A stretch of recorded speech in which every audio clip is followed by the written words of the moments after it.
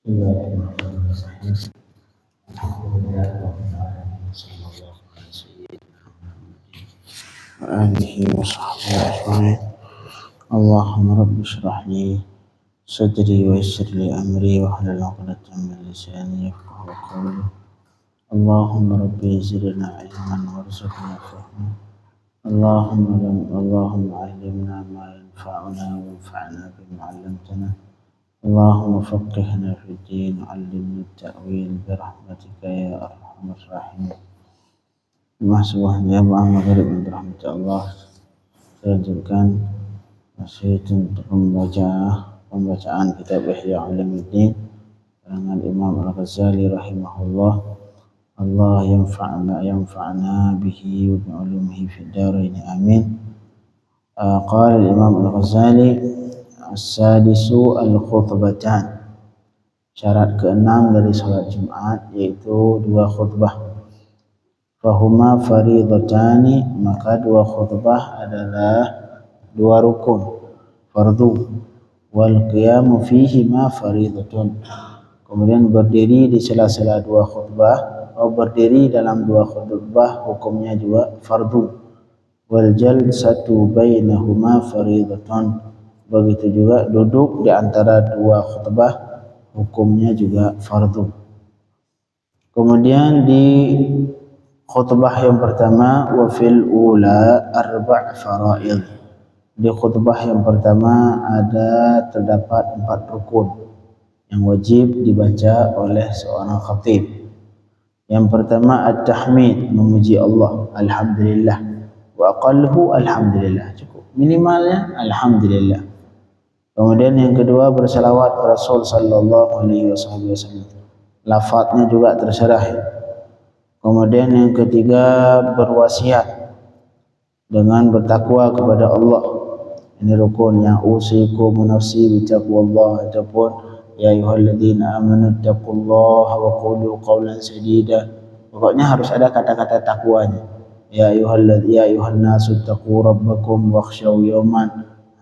Semua takwa rukun. Kemudian rukun yang keempat membaca satu ayat dari Al-Quran. Tapi ayat di sini artinya ayat yang bisa dipahami,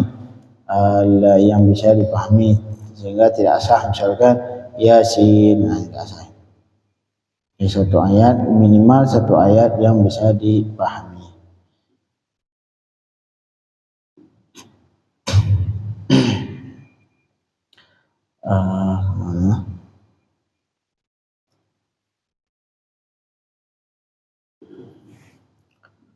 Kemudian wa kadza faraidus tsaniyati arba'atun. Begitu juga rukun khutbah yang kedua juga sama 4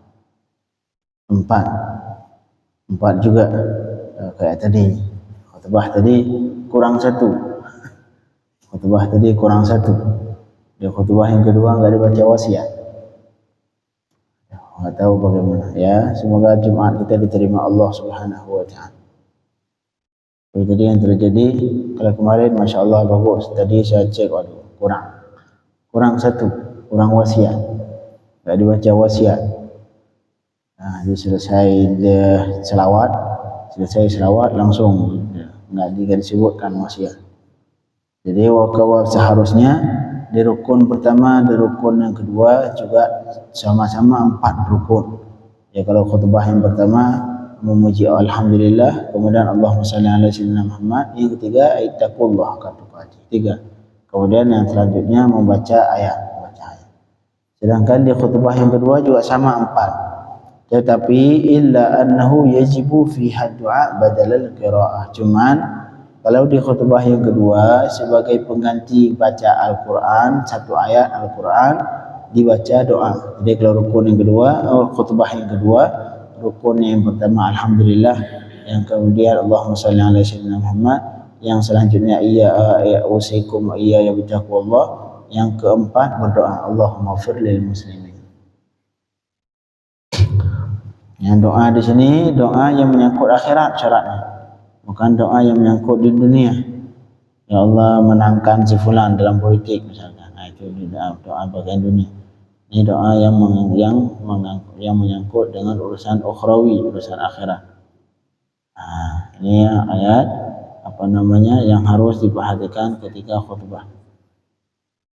Nah, kalau seperti khutbah tadi kurang satu rukuk. Kemudian wastima'ul khutbati wajibun minal arba'in, dan mendengar khutbah hukumnya wajib dari 40 orang. 40 orang jamaah itu wajib mendengar khutbah. Jangan tidur, apalagi kalau ngobrol. Ini untuk hal yang Jumat. Kemudian wa ammas sunan, adapun sunnah fa idza zalati syamsu wa adzana al-muadzin wa jalasa al-imamu 'ala al-mimbar inqata'ati shalah siwa tahiyyah. Apabila matahari sudah tergelincir matahari, kemudian muadzin sudah mengumandangkan azan, dan kemudian ibu khatib sudah naik ke mimbar, maka saat ini khatib kalau sudah di mimbar inqata'atis shalah, saat itu tidak ada lagi yang melakukan salat kecuali salat tahiyat masjid. Jadi enggak ada salat sunnah yang lain lagi. Jangan salat sunnah yang lain kecuali salat tahiyat masjid. Kemudian wal kalamu la yanqati' illa bi iftitahil khutbah, dan ngobrol. Nah, kalau ngobrol tidak terputus kecuali dengan dimulai khutbah. Giliran khatib alhamdulillah, sudah, jangan ada yang ngobrol lagi. Kemudian alhamdulillah, sudah, berhenti ngobrol. Yang ngobrol lagi, apalagi tidur lagi khutbah. Jangan. Jadi ngobrol tidak terputus kecuali dengan dimulainya khutbah. Kalau sudah mulai khutbah tidak ada lagi satupun orang yang ngobrol. Itu ke jamaah. Sedangkan khatib wa yusallimul khatib 'alan nas idza aqbala 'alaihim biwajhihi. Khatib disunnahkan memberi salam ke jamaah apabila beliau menghadap ke jamaah dengan wajahnya. Makanya khatib naik, assalamualaikum warahmatullahi wabarakatuh. Sunnah berkhatib. Bukan rukun khutbah itu. Misalkan khatib dari awal langsung enggak baca, langsung duduk dengerin azan. Boleh? Sah khutbah. Jadi salam di pertama itu bukan rukun khutbah, tapi sunnah. Sunnah bagi khatib ketika menghadap jamaah untuk membacakan salam. Kemudian wa yarudduna alaihi salam. Jamaah disunnahkan menjawab salam. Waalaikumsalam warahmatullahi wabarakatuh. Ini juga menjawab salam fardu kifayah. Fa idza faraghal muadzin, giliran muadzin menyelesaikan azan, qama muqbilan 'alan nasi biwajhihi, beliau berdiri menghadap manusia dengan muka seperti ini, menghadap manusia. Wala yaltafit yaminan wala shimalan. Ini yang sunnah. Yang sunnah bagi khatib tidak harus seperti ini, menghadap kiri kanan, enggak, langsung ke depan aja. Bagi khatib, karena kenapa bagi khatib tidak harus menghadap ke kiri, menghadap ke kanan? Karena bagi jamaah, kalau misalkan kita berdiri duduk di situ jauh, itu disunnahkan bagi jamaah menghadap khatib. Jadi kalau enggak harus lurus duduknya, enggak harus menghadap kiblat. Kalau misalkan khatib ke sebelah kiri, maka kita duduknya seperti ini. Sunnah bagi jamaah untuk menghadap khatib,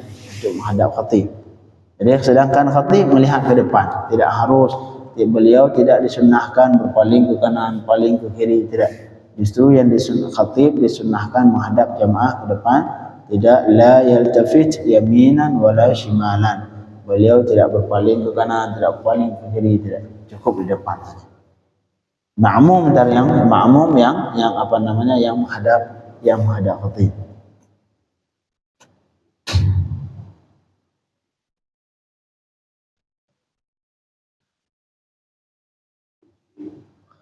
Kemudian wa yashghalu yadayhi miqa'imatis sayf awil anazah wal mimbah, dan disunnahkan bagi khatib mengisi dua tangannya. Tangannya diapakan oleh khutbah? Boleh diangkat-angkat seperti ini pakai mimik. Kalau ceramah biasa bagus pakai mimik.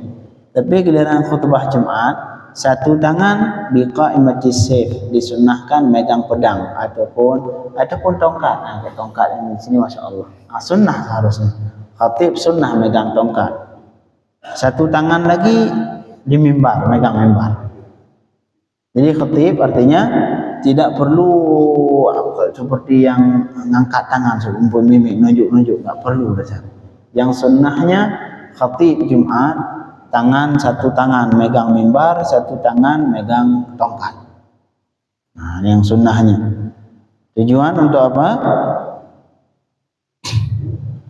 Oh, yang disunnahkan sebaliknya, astagfirullahaladzim. Sunnahnya tangan kanan megang mimbar. Tangan kanan megang mimbar, tangan kiri megang pedang ataupun megang tongkat, minimal tongkat. Kayak di Turki di awal-awal di muka Hagia Sophia pakai pedang. Sunnah.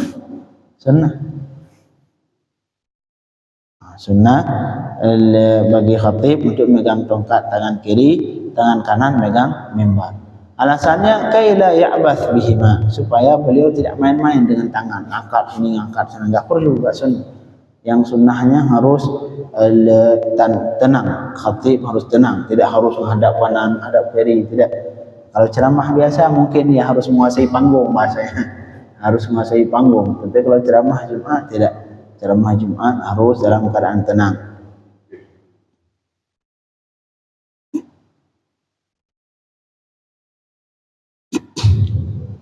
Kaila ya'bath bihima, supaya beliau tidak main-main dengan dua tangannya. Au yadha' ihdahuma 'ala al-ukhra. Kalau misalkan tongkat tidak ada, mimbar tidak ada, berdiri tegak di situ, itu bagaimana khatib? Enggak ada mimbar. Jangan kita khutbah di masjid yang di situ enggak ada mimbar dan enggak ada tongkat. Ada tangan ngapain? Tangan disunnahkan meletakkan salah satu leher, terus seperti ini. Satu tangan meletakkan seperti ini. Jadi enggak perlu mimik, enggak perlu harus diangkat-angkat tangan, enggak perlu. Sunnahnya justru tidak mengangkat tangan. Kemudian wa yakhutub khutbataini bainahuma jalsatun khafifah. Kemudian berkhutbah dua khutbah yang antara dua khutbah diselingi oleh duduk yang sedikit, duduk sebentar. Duduk. Enggak harus lama itu duduknya. Ini sunnah. Fardu malah duduk itu rukun. Salah satu yang harus dilakukan dalam fardu dari khutbah harus duduk di celah-celah di antara dua khutbah. Kemudian yang disunnahkan dalam khutbah, ini yang sering dilakukan, jarang dilakukan oleh para khatib. Wala yasta'mil gharibal lughah. Khatib jangan memakai bahasa yang sulit dipahami. Makanya kalau jadi khatib jangan cuma sekali pakai bahasa istilah yang kira-kira enggak dipahami oleh semua jamaah. Karena tujuan khutbah apa? Tujuan ceramah supaya jamaah bisa memahami sesuatu untuk bisa diamalkan. Sedangkan kalau kita khutbah pakai bahasa istilah yang enggak bisa dipahami kecuali kaum intelek doang, untuk apa khutbah? Lebih baik enggak usah khutbah. Enggak ada faedah khutbah. Jadi jangan mengkhatib, jangan pakai kata-kata yang gharib. Gharib itu yang sulit dipahami. Pakai bahasa istilah ataupun pakai bahasa daerah. Makanya kalau misalkan kita ceramah di kampung, lebih baik memakai bahasa kampung itu. Supaya semua bisa dipahami. Supaya semua bisa memahami. Karena tujuan khutbah, tujuan ceramah supaya orang itu bisa mengikuti, bisa mengamalkan isi ceramah kita.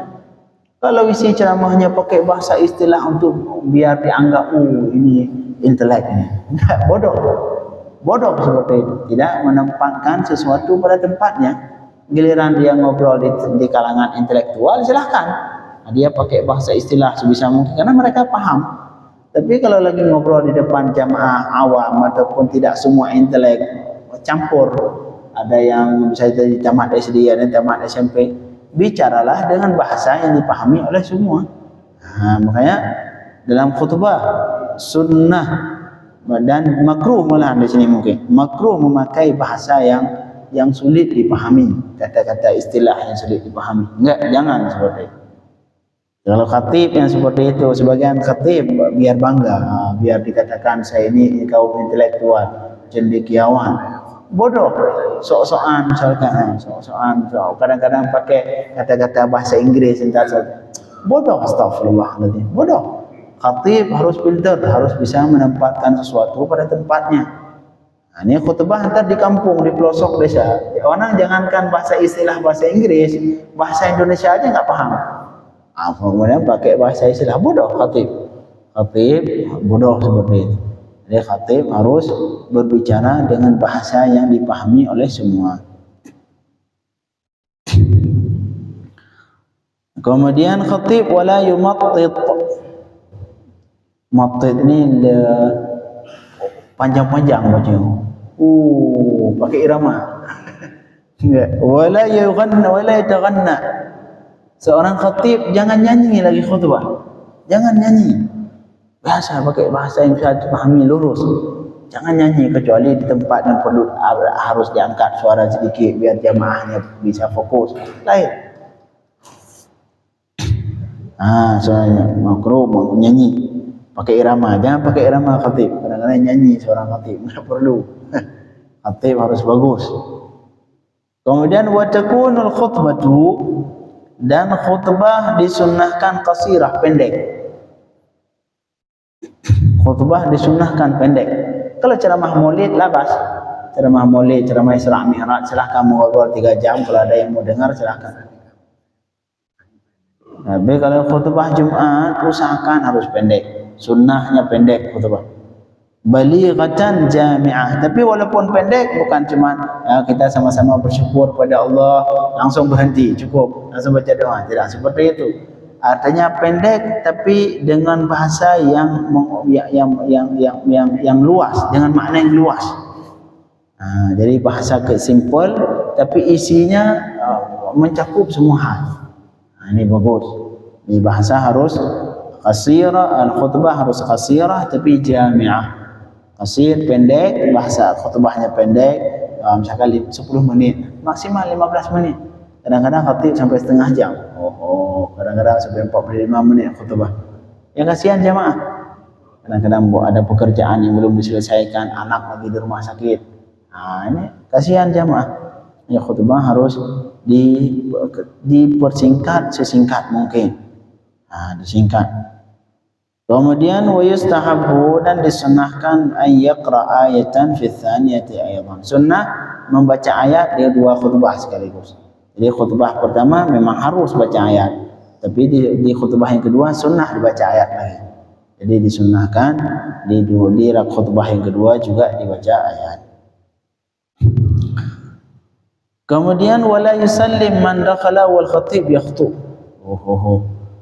Seseorang dan jangan memberi salam oleh orang yang masuk masjid sedangkan khatib sedang khutbah. Kita baru masuk telat, tiba-tiba mentang-mentang kita assalamualaikum warahmatullahi. Jangan mengganggu orang satu masjid. Jangan ngangkat, jangan udah ganggu orang. Tinggal masuk aja, masuk duduk selesai. Jangan ganggu orang lagi fokus-fokus khutbah, tiba-tiba harus menjawab salam dia. Jadi kadang-kadang orang pengen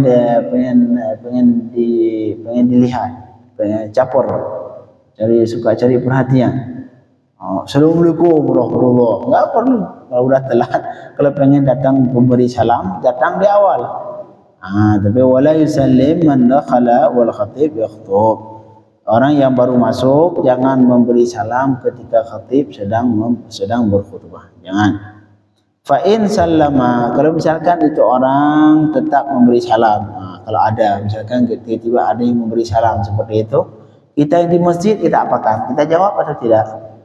Fa'in sallam, jika ada orang yang masuk kemudian memberi salam ketika khatib sedang khutbah, lam yastahiqqa jawaban, tidak berhak untuk dijawab, biarin, nggak usah jawab, walaupun wal isyaratu bil jawab hasan, mengisyarah dengan jawab bagus gini aja ya, tak perlu jawab. Kemudian wala yashammit al atis aidan, dan kalau misalkan ada kawan kita di masjid yang bersin, sunnah menjawab yarhamukallah, tidak, biarin, karena kita lagi fokus dengan khutbah.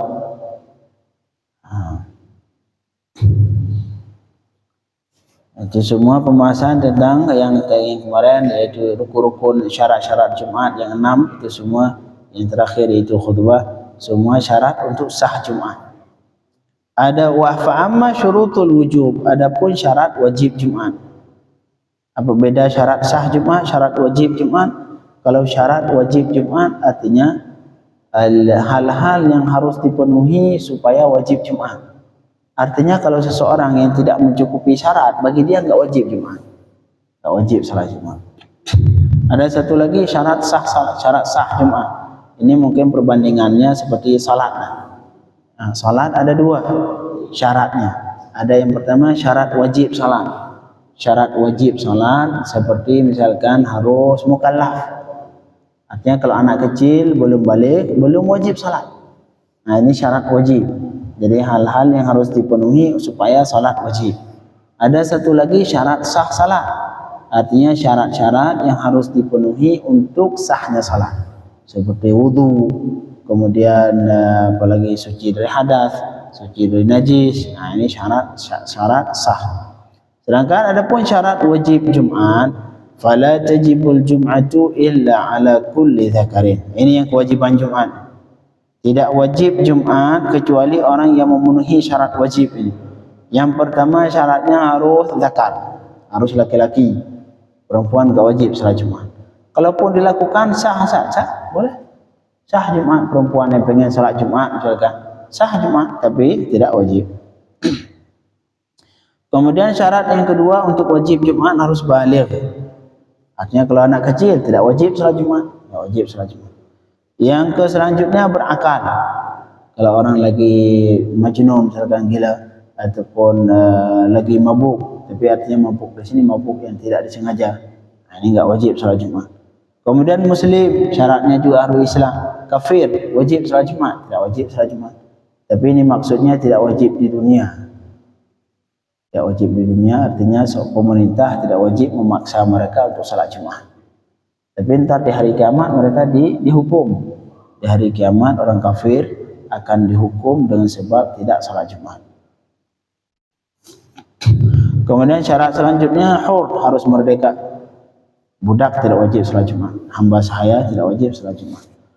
Kemudian muqimin, al-muqim fi qaryatin, beliau itu harus muqim. Kalau musafir tidak wajib salat Jumat. Tapi musafir yang dimaksud di sini adalah orang yang mulai perjalanan sebelum subuh. Sebelum subuh hari Jumat. Kalau sudah subuh enggak boleh safar. Enggak boleh safar.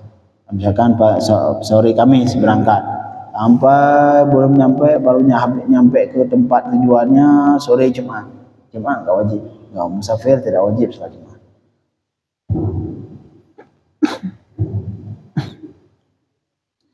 Jadi mukim di satu kampung yang terdapat 40 orang. Nah, kalau misalkan sebuah kampung di situ sudah ada 40 orang yang cukup syarat tadi, maka mereka wajib salat Jumat. Ataupun beliau bermukim, bertempat di satu kampung yang jauh, tetapi yablughu nida'ul balad min tarfin yadiha. Tapi ketika azan di kampung yang lain kedengar.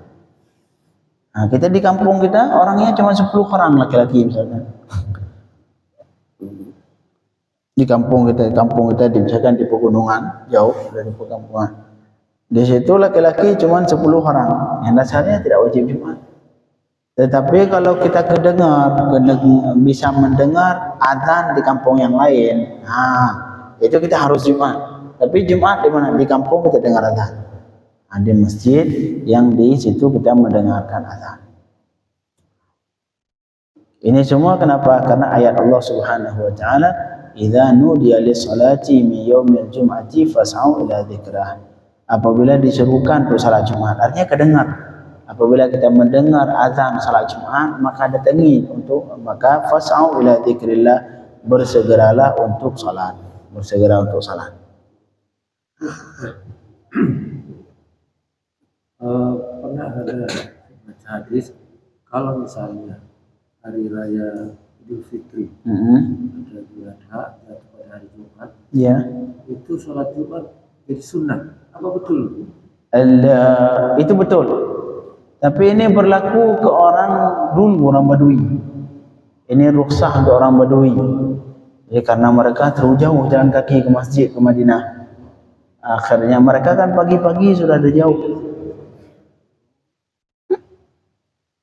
Ini berlaku khusus ke Badui. Badui itu artinya orang-orang pelosok. Dulu di Madinah, salat cuma di Masjid Nabawi. Kemudian orang-orang di jauh Badui Arab itu mereka pagi pagi Lebaran mereka semua salat di masjid. Kemudian setelah itu mereka pulang ke rumahnya, enggak mungkin ntar balik lagi. Akhirnya mereka diberikan keringanan oleh Rasul sallallahu alaihi wasallam untuk tidak berangkat Jumat. Cukup tadi sudah pulang berangkat lagi kasihan. Tapi kalau sekarang enggak ada lagi itu alasan. Di situ rumah seperti rumah tahfidz. Ada lagi. Di sini pernah dilakukan seperti itu, enggak salat Jumat. Inna lillahi wa inna ilaihi raji'un. Ya Allah. Ada ustaz juga mengatakan. Makanya dalam hadis benar, tapi untuk memahami hadis, itu butuh otak yang cerdas. Kalau semua makanya dalam ilmu ini butuh isnad, butuh sanad keguruan. Terutama ilmu agama. Ilmu agama enggak boleh dipahami dengan cara otodidak. Ngambil kitab hadis langsung pahami sendiri. Enggak boleh seperti itu. Ngambil Al-Qur'an, ngambil hadis langsung pahami sendiri lewat terjemah. Enggak nahu enggak paham, sarah enggak paham, semua enggak paham. Memahami dari Quran terjemah, hadis terjemah, tidak boleh seperti itu. Harus butuh ke guru. Soalnya kadang-kadang hadis tagnya seperti ini, tapi untuk memahami tag itu butuh keilmuan yang banyak untuk memahami bagaimana cara memahami tag. Dan itu juga butuh guru. Karena dari guru ini bersambung ke gurunya, kesambung ke gurunya, gurunya kesambung ke gurunya, sampai dari guru sampai ke sahabat. Nah, itulah butuh sanad keilmuan namanya. Dalam ilmu juga butuh sanad, enggak boleh otodidak. Justru itu hari Idul Adha, itu pemotongan sapi juga di paginya. Jadi saat siang enggak salat Jumat. Padahal orang di sini semua lagi motong sapi. Astagfirullah. Salat dulu. Boleh. Allah ya faham. Enggak Ya, itu. harusnya berarti itu jangan hari Jumat motong kurban. Ya, boleh hari Jumat tapi jangan dipotong semua. Dipotong secukupnya. Jangan kira-kira selesai 2 jam. Potong yang secukup 2 jam, potong 3. Antar pada Jumat lanjutkan ataupun silahkan lakukan besok. Tidak seperti itu untuk ninggalin Jumat gara-gara potong kurban. Astagfirullah, ninggalin yang wajib untuk mendapatkan yang sunnah, bodoh. Saya juga nggak terlalu tahu, cuma saya sholat kelapa gading. Enggak, itu hadis benar. Tapi hadis itu keringanan untuk orang-orang yang jauh, orang-orang Badui. Yang bagi mereka diberikan keringanan, jangan sampai mereka udah ke masjid pagi, kemudian pulang mungkin berapa kilo, ntar balik lagi. Balik lagi.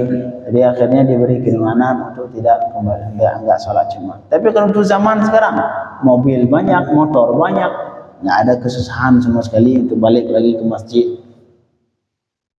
Apalagi kalau tadi di masjid malah motong korban. Aduh, enggak.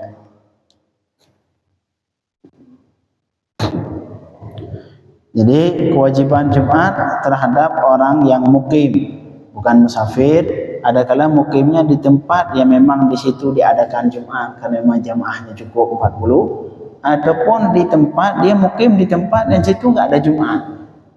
Karena bisa jadi jamaahnya cuma 10 orang. Enggak mungkin diadakan Jumat. Tapi mereka mendengar azan di kampung lain. Maka mereka ini harus mendatangi kampung yang diadakan Jumat. Fa idza nudiya lis-salati min yaumil jum'ati fas'au ila dzikrillah. Apabila diserukan untuk salat Jumat, diserukan untuk salat di hari Jumat, ya kita mendengar. Apabila kita mendengar azan Jumat, maka wajib kita bersegera untuk salat. Kemudian wa yurakhas. Walaupun demikian tapi dirukhsahkan. dan diberikan keringanan untuk orang yang wajib salat Jumat dalam meninggalkan Jumat li'udhrin, karena ada alasan yang membolehkan meninggal Jumat. Yang pertama matar, hujan nggak berhenti dari pagi sampai sore. Bagaimana, daripada basah ya sudah, boleh tidak salat Jumat. Wal wahal ini artinya becek, udah selesai hujan tapi jalannya, apalagi kalau di kampung-kampung, kalau di sini mah jalan aman ini, ada becek, banjir, mungkin kalau di sini banjir.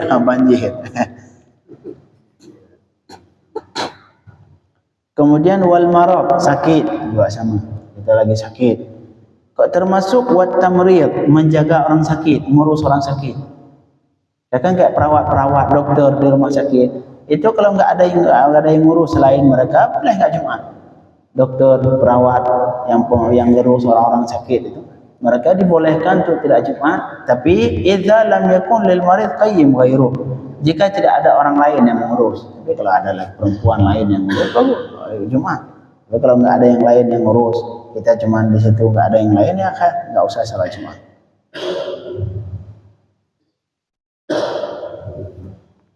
Insyaallah besok kita lanjutkan sisanya. Allahumma faqihna fid din wa 'allimna at-ta'wil. Sallallahu alaihi wasallam Muhammadin wa alihi wasallam.